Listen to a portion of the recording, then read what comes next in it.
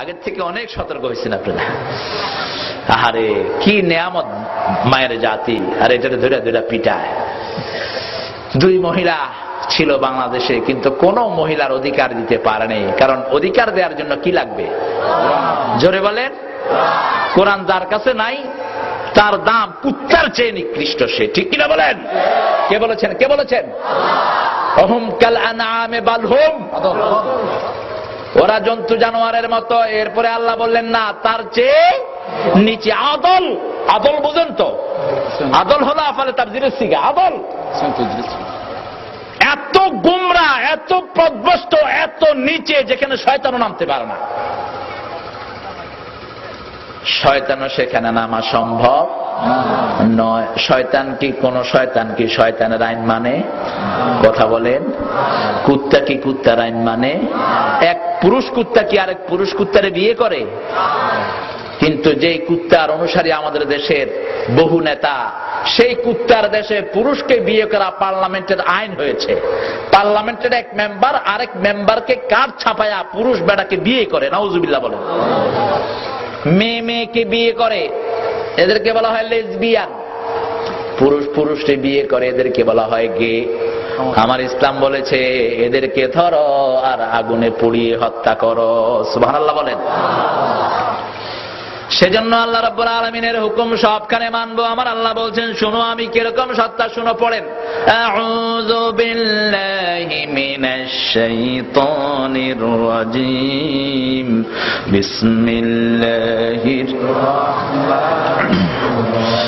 আলিফ লাম মিম, আল্লাহু লা ইলাহা ইল্লা হুয়াল حي القيوم نزل عليك الكتاب بالحق مصدقا لما بين يديه وأنزل التوراة والإنجيل من قبل هدى للناس وأنزل الفرقان إن الذين كفروا بآيات الله لهم عذاب شديد والله عزيز ذو انتقام। সুবহান আল্লাহ বলেন।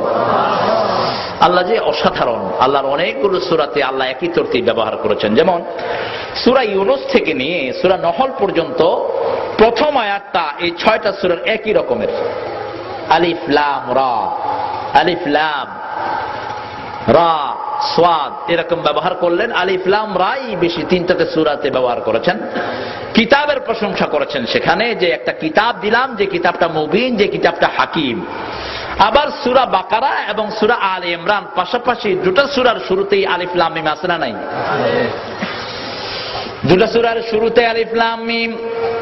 আবার কিতাবের প্রশংসা করেছেন সূরা বাকারায় করেছেন আলিফ লাম মিমের পরেই, আর সূরা আল ইমরানে আলিফ লাম মিমের পরেই আল্লাহ নিজের পরিচয় ঘোষণা করেছেন। সুবহানাল্লাহ বলেন।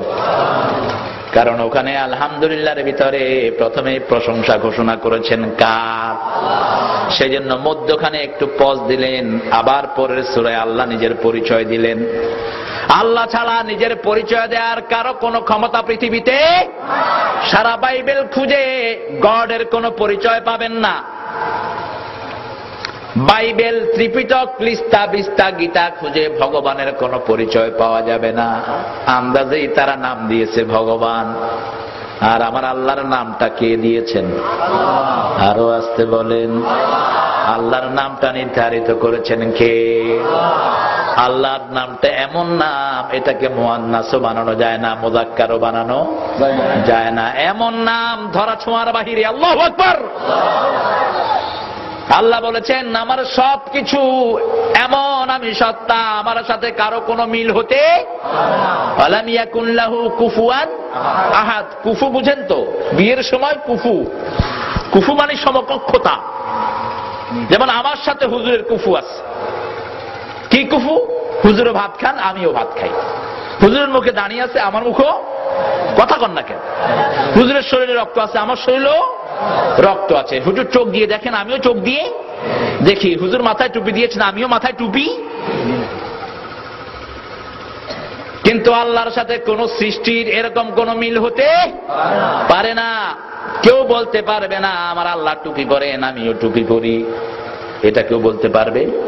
যদি বলে তার মধ্যে ঈমান থাকবে না। আমার আল্লাহ খায় আমিও খাই, নাউজুবিল্লাহ বলেন। মানুষের যতগুলো গুণ আছে এগুলোর সাথে আল্লাহর কোনো মিল নাই, বরং আল্লাহ সবগুলো থেকে পবিত্র। সুবহানাল্লাহি আম্মা ইউশরিকুন।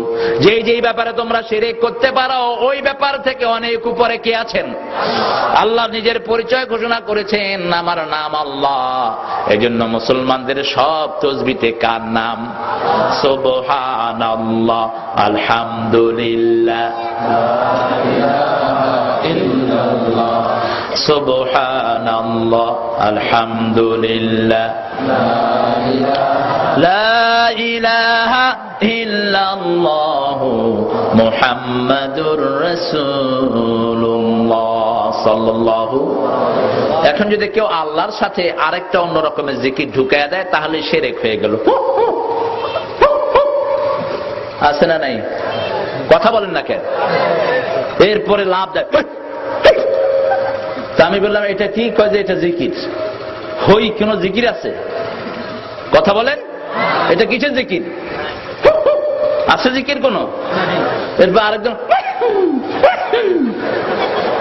কত রকমের তামসা যে দেখবেন।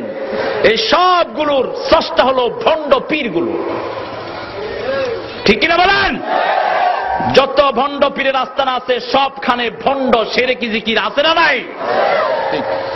আবার মাজার গুলোতে আছে না নাই?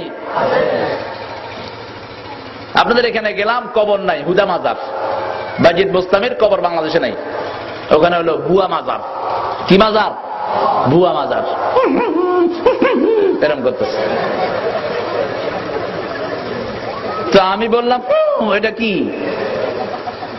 বুঝবা না, বুঝবা না। আরে দুইটা লাথি মার মুখের ভিতরে।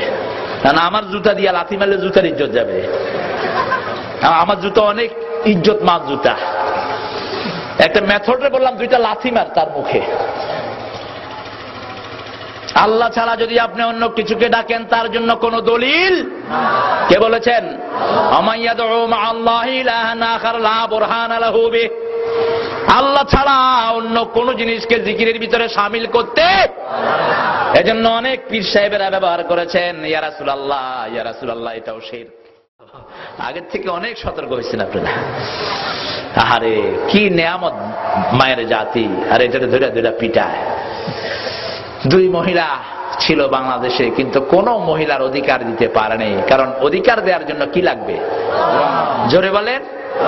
কোরআন যার কাছে নাই তার দাম কুত্তার চেয়ে নিকৃষ্ট সে, ঠিক কিনা বলেন?